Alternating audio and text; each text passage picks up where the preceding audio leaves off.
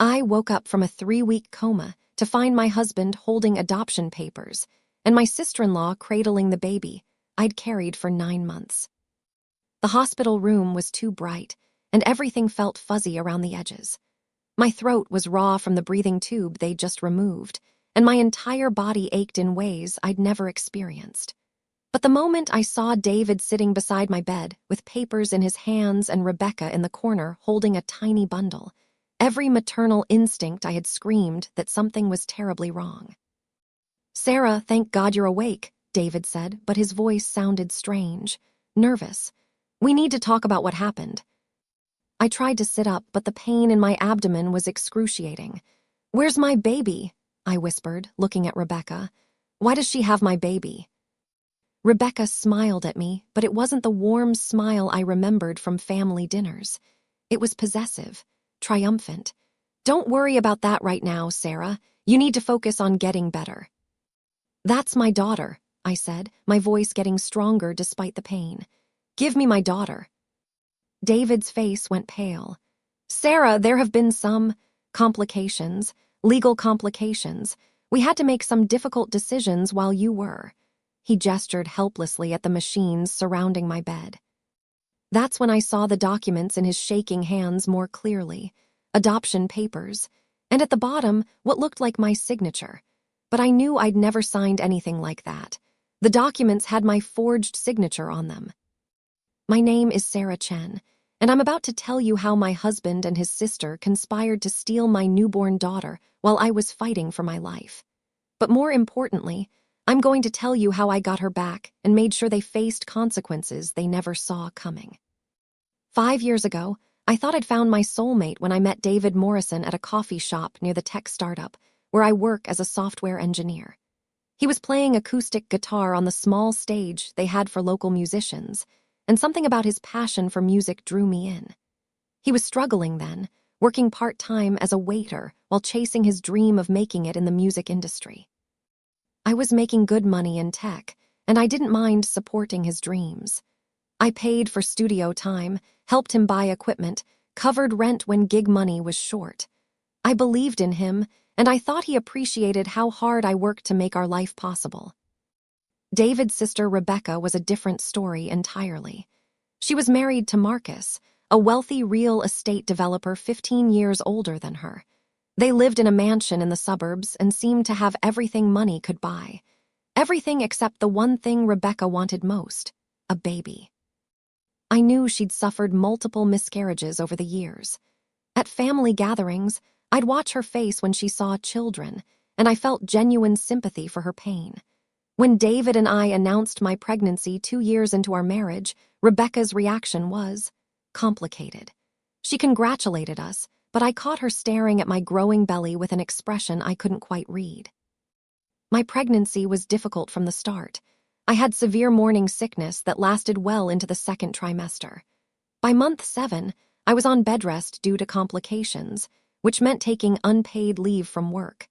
Suddenly, David became our only source of income, and his irregular musician pay wasn't enough to cover our expenses.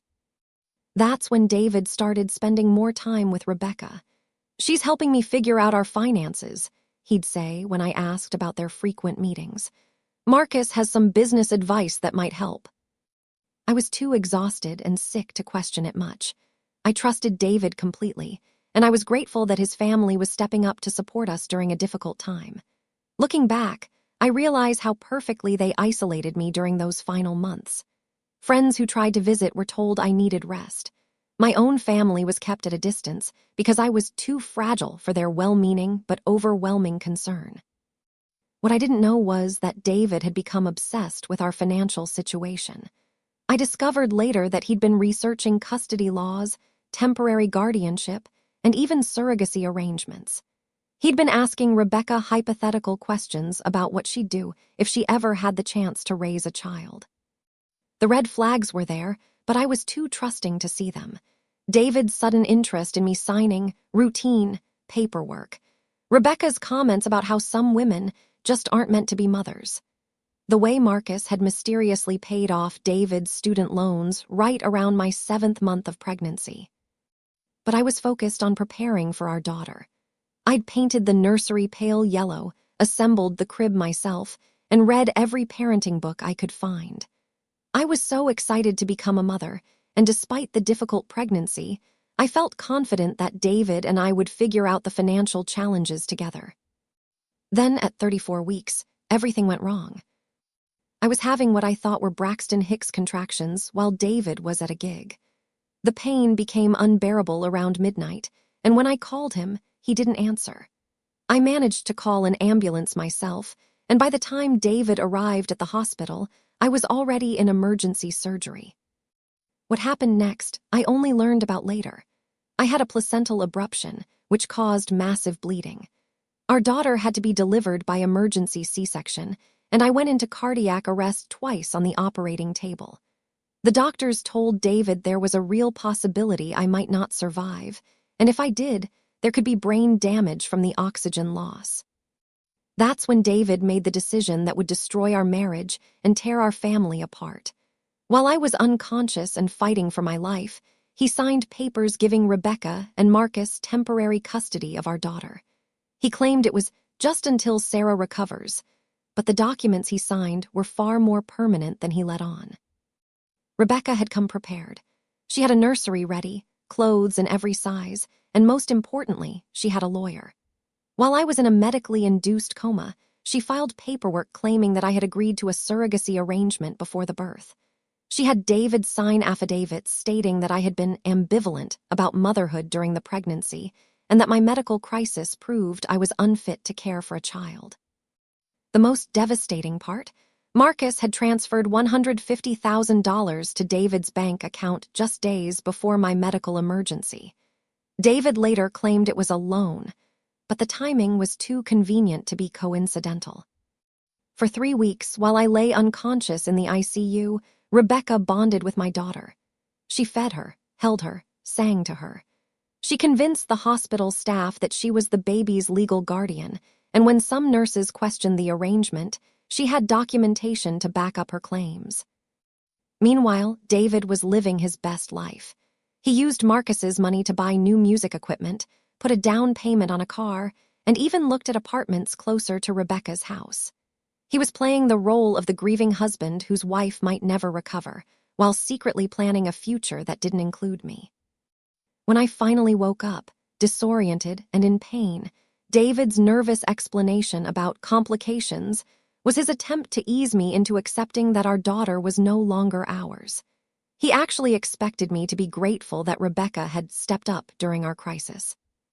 "You almost died, Sarah," he said when I demanded to hold my baby.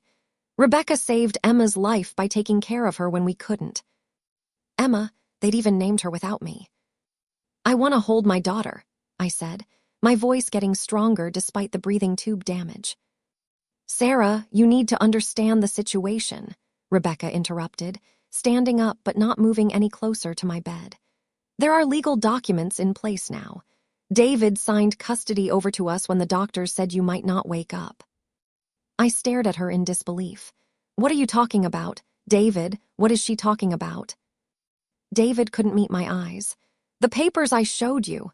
They're real, Sarah. I had to make a decision. The doctors said even if you woke up, there might be brain damage. Emma needed a stable home." "So you gave away our child." My voice was barely a whisper, but I could feel strength returning with my anger. "We didn't give her away," David said quickly. "Rebecca and Marcus are family.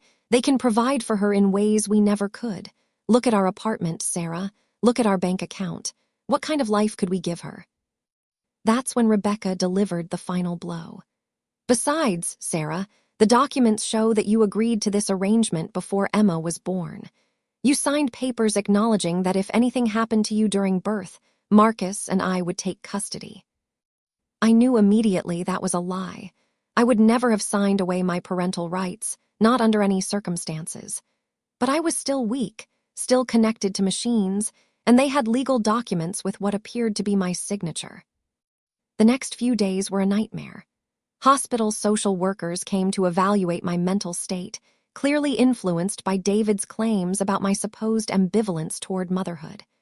Rebecca brought Emma to visit, but she wouldn't let me hold her for more than a few minutes, claiming the baby was stressed by unfamiliar voices. The cruelest part was watching my own daughter, barely 3 weeks old, fail to recognize my voice. She'd been hearing Rebecca's voice during feeding, during bedtime, during every moment that should have been mine.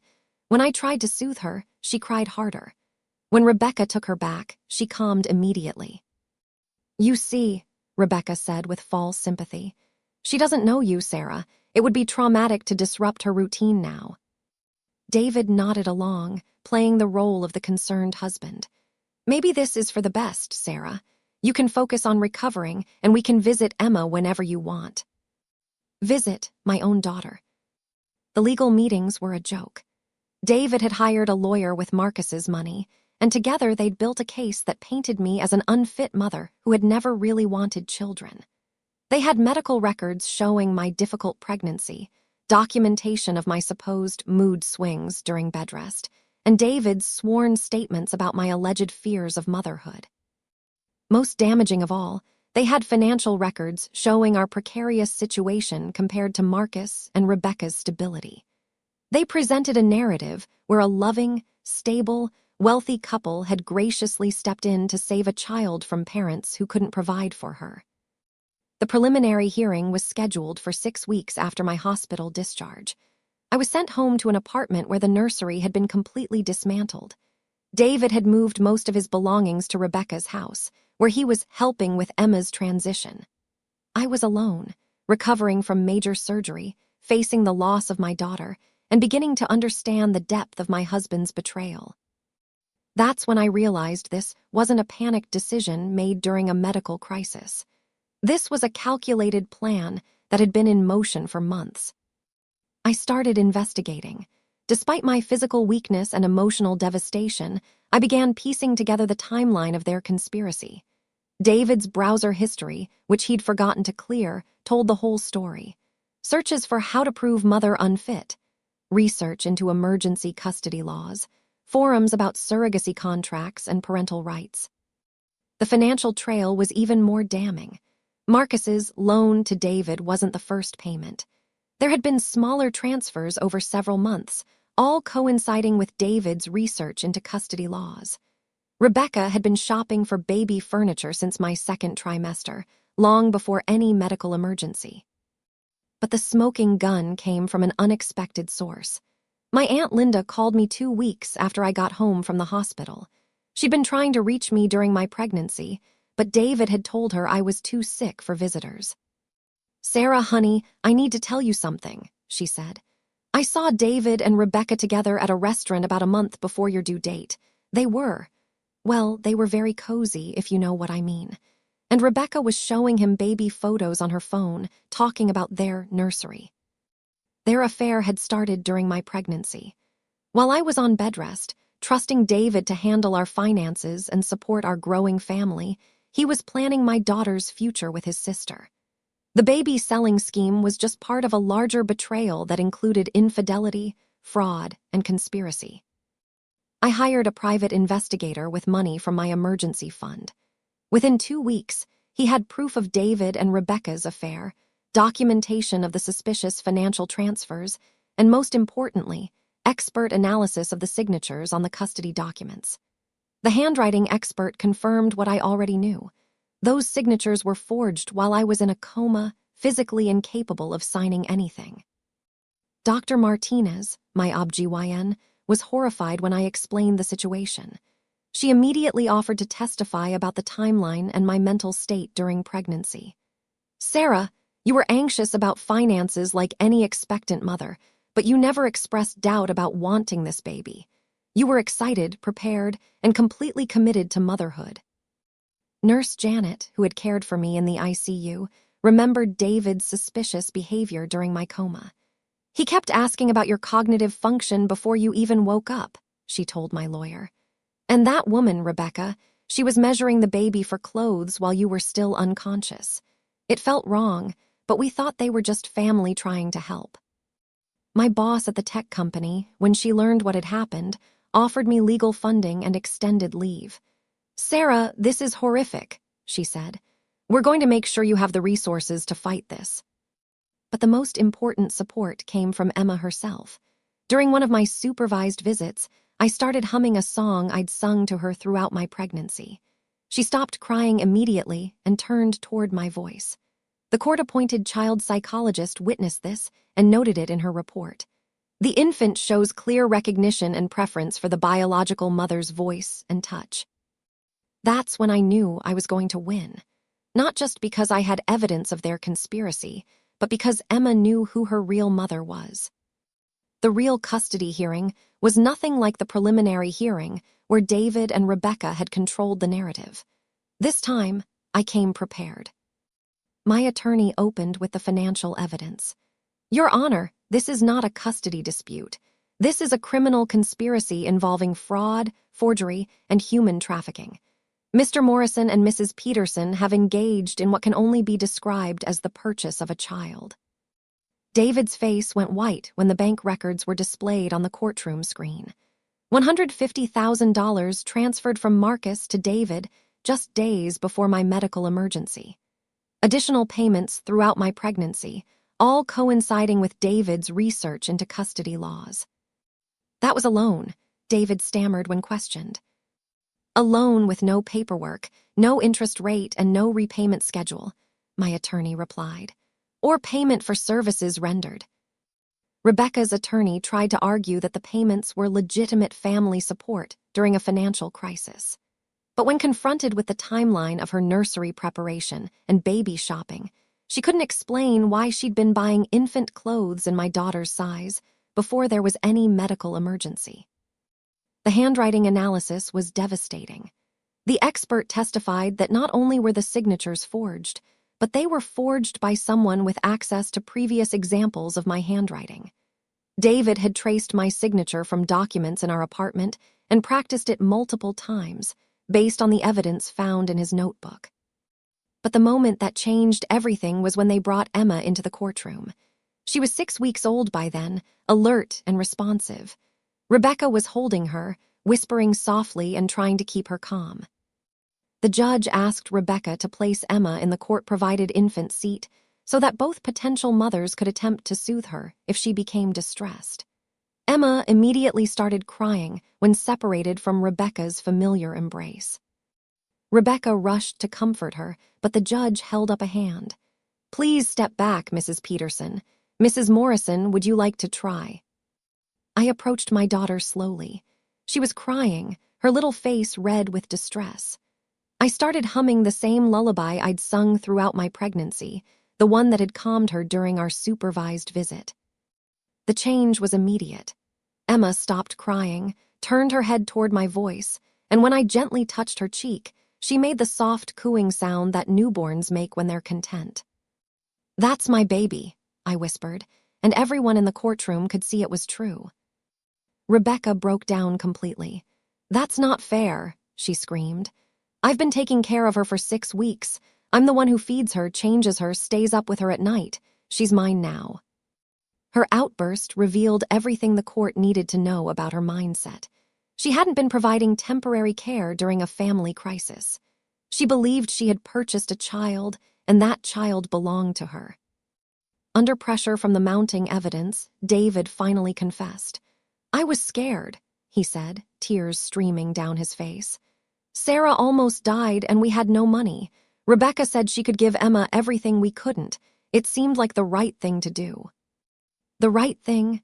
I stood up, my voice carrying across the courtroom. "You forged my signature while I was in a coma. You sold our daughter to your sister for $150,000. You let her steal 6 weeks of my child's life that I'll never get back. There is nothing right about any of this."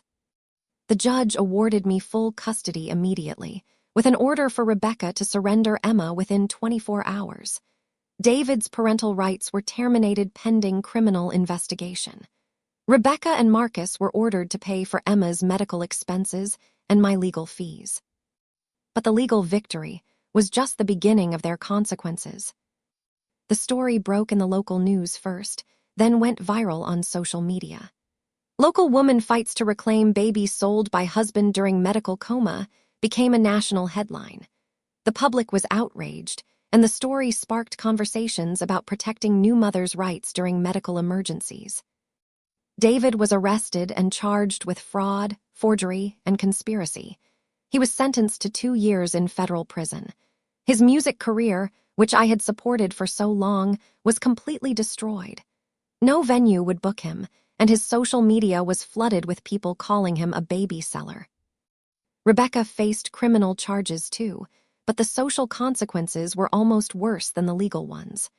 Her wealthy friends abandoned her when they learned she'd tried to buy a baby.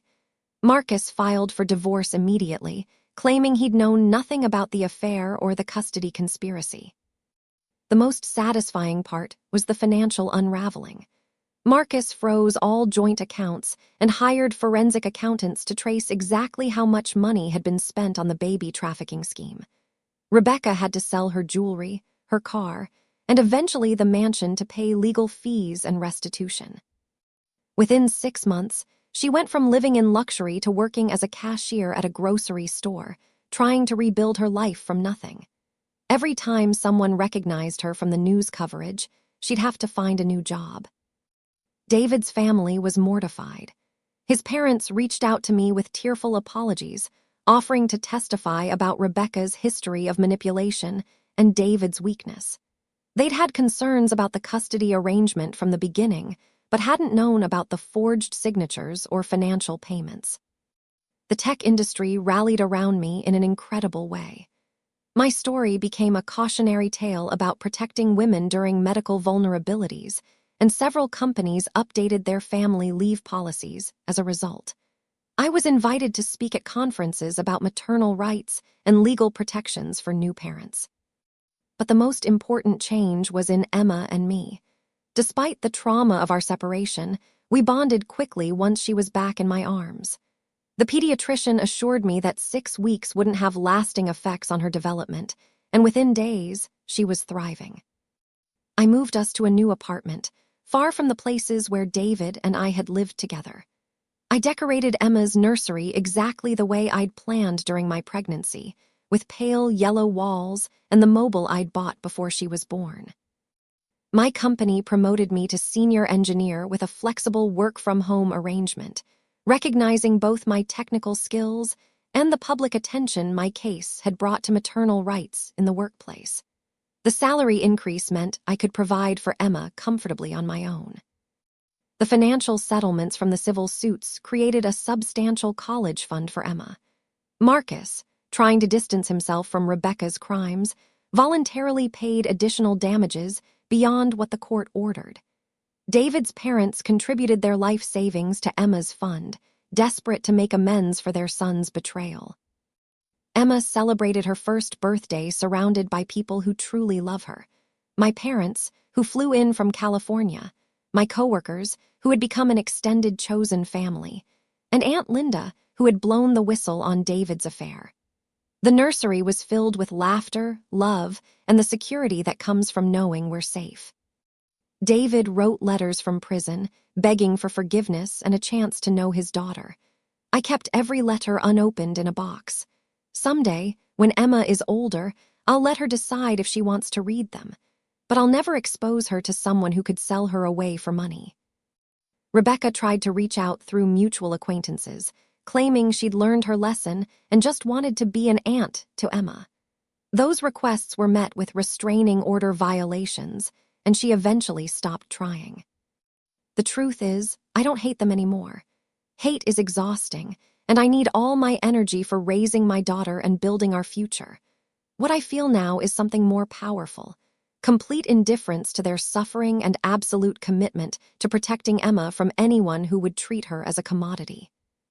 Looking back, I realized the warning signs were always there. David's resentment about my higher income, Rebecca's comments about motherhood and worthiness, the way they both treated my pregnancy as something that happened to them rather than something that was happening to me. But I also learned something important about myself.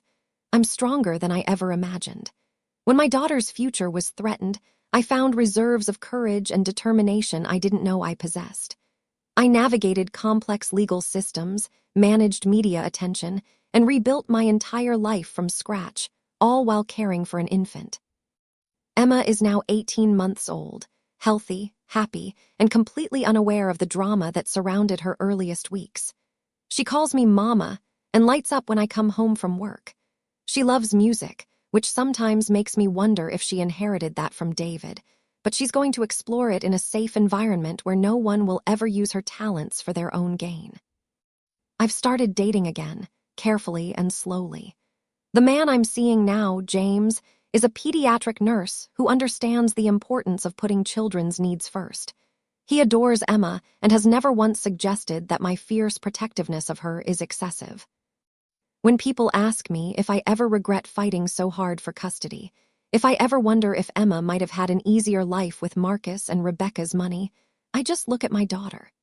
She's reaching for books, babbling constantly, and showing early signs of the curiosity and intelligence that will serve her well in life.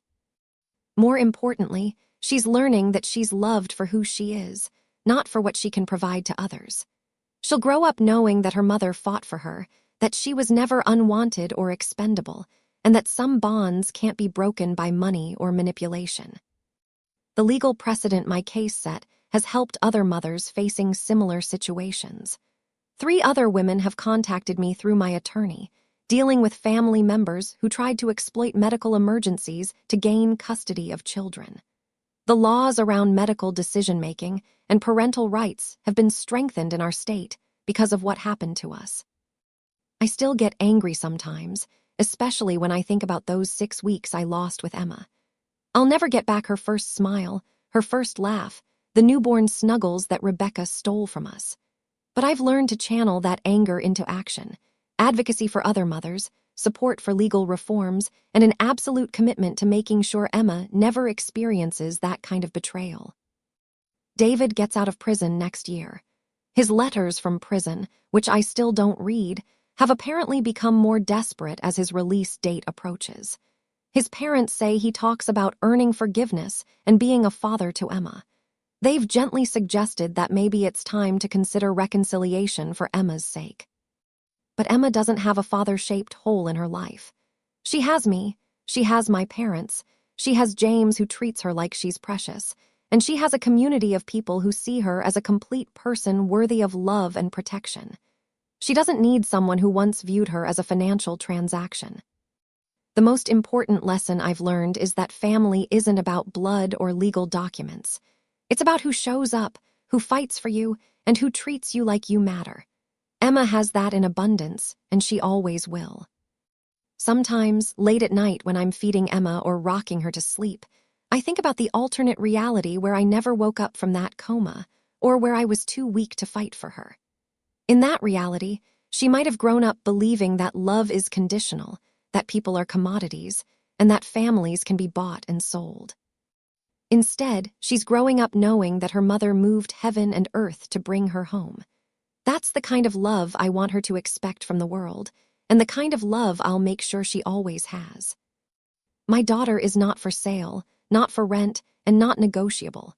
She's mine because I carried her, because I love her, and because I fought for her when she couldn't fight for herself. Anyone who doesn't understand that basic truth has no place in our lives. And you know what? We're both better off for it. Emma is thriving, I'm building a career I'm proud of, and we're surrounded by people who celebrate us rather than exploit us. Some betrayals are so deep they actually set you free, and I'm grateful every day that David and Rebecca showed me exactly who they were before Emma was old enough to be hurt by it. This is our life now, honest, authentic, and built on a foundation that can't be shaken by money, manipulation, or false promises. Emma will grow up knowing that her mother's love is the one thing in this world she can always count on, no matter what. And for me, that's not just justice, that's victory.